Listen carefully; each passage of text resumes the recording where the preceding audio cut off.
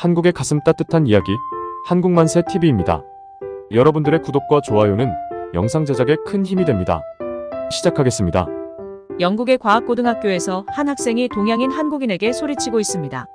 시험을 컨닝한 게 분명하니 다른 어려운 문제도 풀어보라며 말이죠. 그렇게 선생님께서 등장하셨고 아이들을 중재하기 위해서 칠판에 대학생이 풀만한 문제를 써내려갑니다. 이에 한국인 학생은 문제를 풀기 위해 칠판에 다가가자 거기에 있던 모든 학생들이 놀라는데요. 도대체 무슨 일이 있었던 걸까요? 본 내용은 해외 커뮤니티 레딧에 있는 사연을 재구성하여 만들었습니다. 해당 사연자를 대신해서 저희가 읽어드리겠습니다. 안녕하세요. 영국에서 살고 있는 이자벨라입니다. 저는 영국에서 변호사로 일하고 있습니다. 치열한 경쟁 속에서 살아야 하기에 하루하루가 저에게는 숙제였는데요.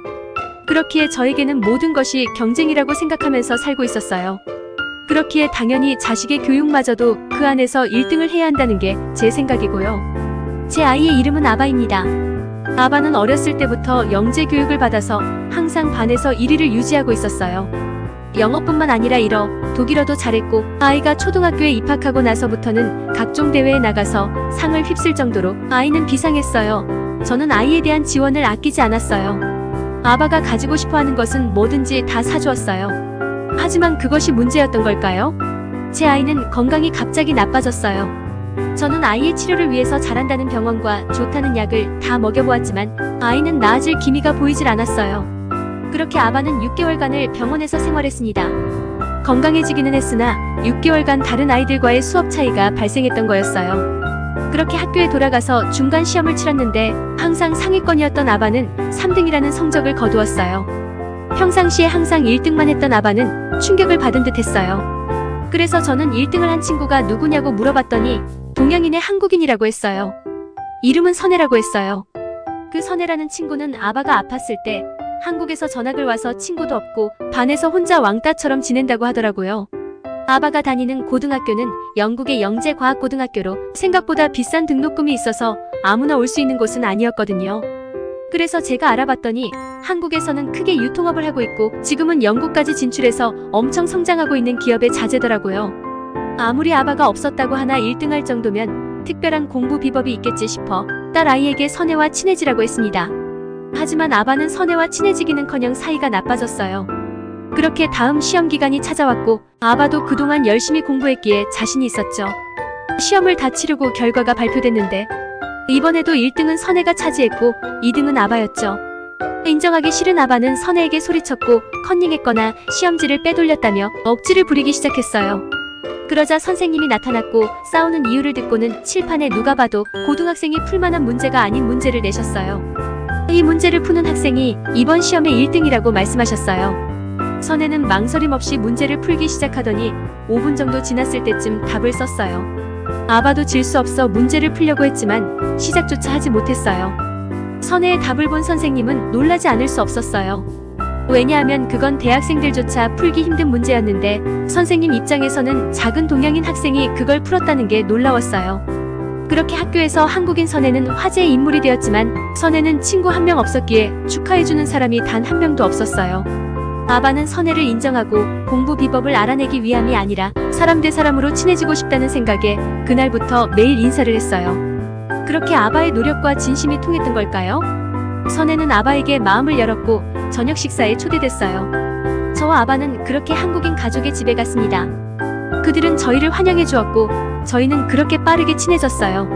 저는 선혜의 공부 비결이 너무 궁금해서 물어봤어요. 그랬더니 믿을 수 없는 말을 하더라고요. 선혜는 한국에 있을 때 한국의 입시 경쟁 시스템에 너무 많은 스트레스를 받았었다. 매일 친구들과 경쟁하고 치열하게 사는 게 자신들이 지켜보는 입장에서 너무 가슴이 아팠기 때문에 영국으로 온 것이라고 말하더군요. 저는 정말 누군가 머리를 한 대 치는 기분이었어요. 저는 아바를 친구들과 경쟁시키고 항상 치열하게 공부시켰기 때문에 저와 반대되는 교육 방식이었어요. 그리고는 영국에 와서 따로 교육시킨 건 절대 없고 아이가 스스로 공부한 것밖에 없다고 했어요.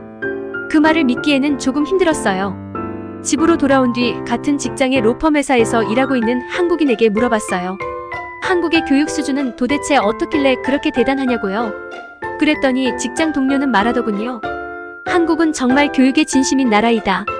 자신도 거기서 어떻게 살아남았는지 모르겠다고 말하며 자신이 어떻게 한국에서 교육했는지 말해주더라고요. 듣는 거로는 어느 정도인지 가늠이 안 갔어요. 저는 당연히 영국보다 한국은 수준 낮은 나라라고 생각하고 있었는데 직장 동료의 말을 들어보면 영국보다 한국이 교육적으로 대단하다는 듯이 말하더라고요. 기회가 돼서 아바가 한국에서 교육을 받을 수 있다면 좋은 경험이 될 것이라고 말했어요. 저는 다시 선혜네 부모님에게 찾아가서 한국의 교육에 대한 정보를 물어보았는데 마침 선혜네도 이번 방학에 한국에 간다고 하더라고요. 그래서 같은 날 비행기 티켓을 예매해서 같이 가게 되었어요. 그렇게 한국에 도착했는데 저는 깜짝 놀랐어요. 한국에 관심이 없어도 너무 없었다고 생각했습니다. 당연히 안 좋을 거라고 생각했던 한국의 공항은 너무나 세련되었어요. 그렇게 제 가족과 선혜네 가족은 이동을 위해서 지하철로 이동했는데 공항과 지하철이 연결되어 있더라고요. 정말 참 편하고 좋았습니다. 저희가 가져온 짐이 가볍지 않았기 때문에 걱정했는데 공항 내에는 무빙워크가 잘 설치되어 있어서 공항에서 지하철을 타러 갈 때까지 거의 걷지 않고 이동했어요. 그렇게 지하철을 타게 되었는데 저는 정말 놀랐어요. 영국의 지하철과 한국의 지하철은 정말 차원이 달랐어요. 저희 영국은 1900년대 초반에 지하철이 도입되면서 정말 엄청난 센세이션을 일으켰지만 지금 와서 보면 많이 노후되어 있는 곳도 많고 특히 여름에는 지하철 내부는 정말 더울 만큼 불편한 점도 많은데요. 그런데 제가 본 서울의 지하철은 정말 깨끗하고 쾌적한 시설에 급하게 사용할 수 있는 생필품도 판매하는 자판기에 서울 지리를 한 번에 볼 수 있는 디지털 노선도까지 그 안에는 서울의 다양한 정보까지 볼 수 있더라고요. 이렇게 잘 되어 있는 지하철은 처음 봤어요. 심지어 속도도 엄청 빠르더군요. 그렇게 저희는 대치동에 도착했어요. 그곳에 정말 틈없이 세워진 건물들은 하나도 빠짐없이 학원이더라고요. 그리고 그곳을 다니는 사람들은 전부 학원이 끝난 학생들이었어요. 너도 나도 할 것 없이 모두 길거리에서조차도 책을 보고 있었어요. 심지어 밥을 먹으면서까지도 말이죠. 늦은 시간이었음에도 불구하고 간판 하나 꺼진 곳 없이 그곳은 밤에도 그야말로 학업 전쟁이었습니다. 저는 그렇게 선혜 엄마가 알려준 학원을 갔어요. 저한테 예약을 하셨냐고 물었고 선혜 엄마가 예약을 해두었더라고요. 저는 무슨 학원에서 병원도 아닌데 예약까지 해야 하나 생각했어요. 하지만 상담을 진행하는 순간 저는 도대체 왜 한국이 교육 강국인지 알게 되었습니다. 학원 실장님께서는 아바와 영어로 자연스럽게 상담을 진행하셨고 딸에게 레벨 테스트를 진행했어요. 아바가 문제를 해석하는 수준을 파악하고는 어느 정도 레벨에서 교육을 진행하면 좋을지 아바의 장단점을 짚어내시고는 해결책까지 제시해주는 모습에 한국에 오길 잘했다는 생각이 들었어요. 아바는 한 달간 학원에서 숙식을 제공한다고 하였고 저는 마음 한편에서는 걱정되었어요.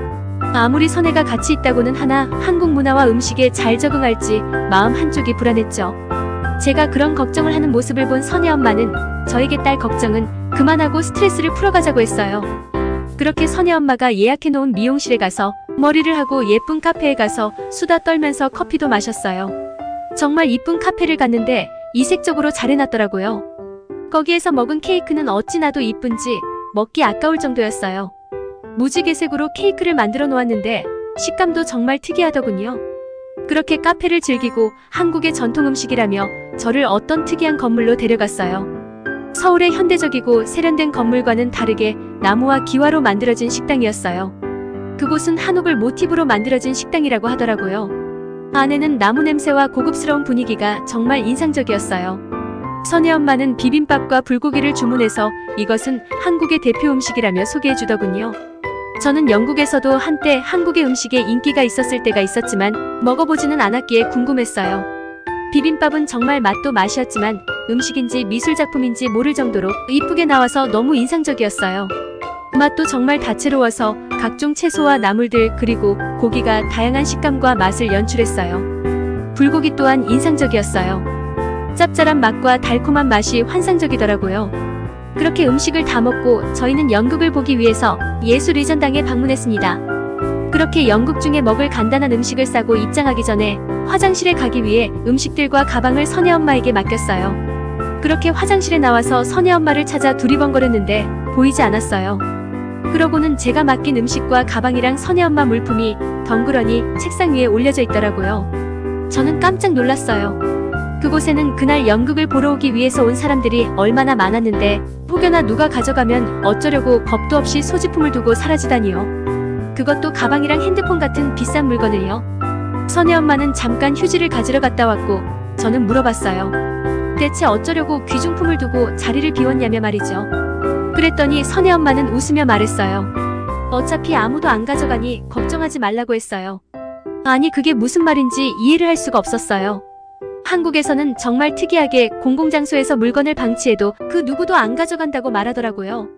도대체 그게 어떻게 가능한 일인지 신기했어요. 영국에서는 방치는커녕 길을 가다가 소매치기도 조심해야 하는데 말이죠. 정말 제가 생각했던 한국과는 너무 달랐기 때문에 충격의 연속이었죠.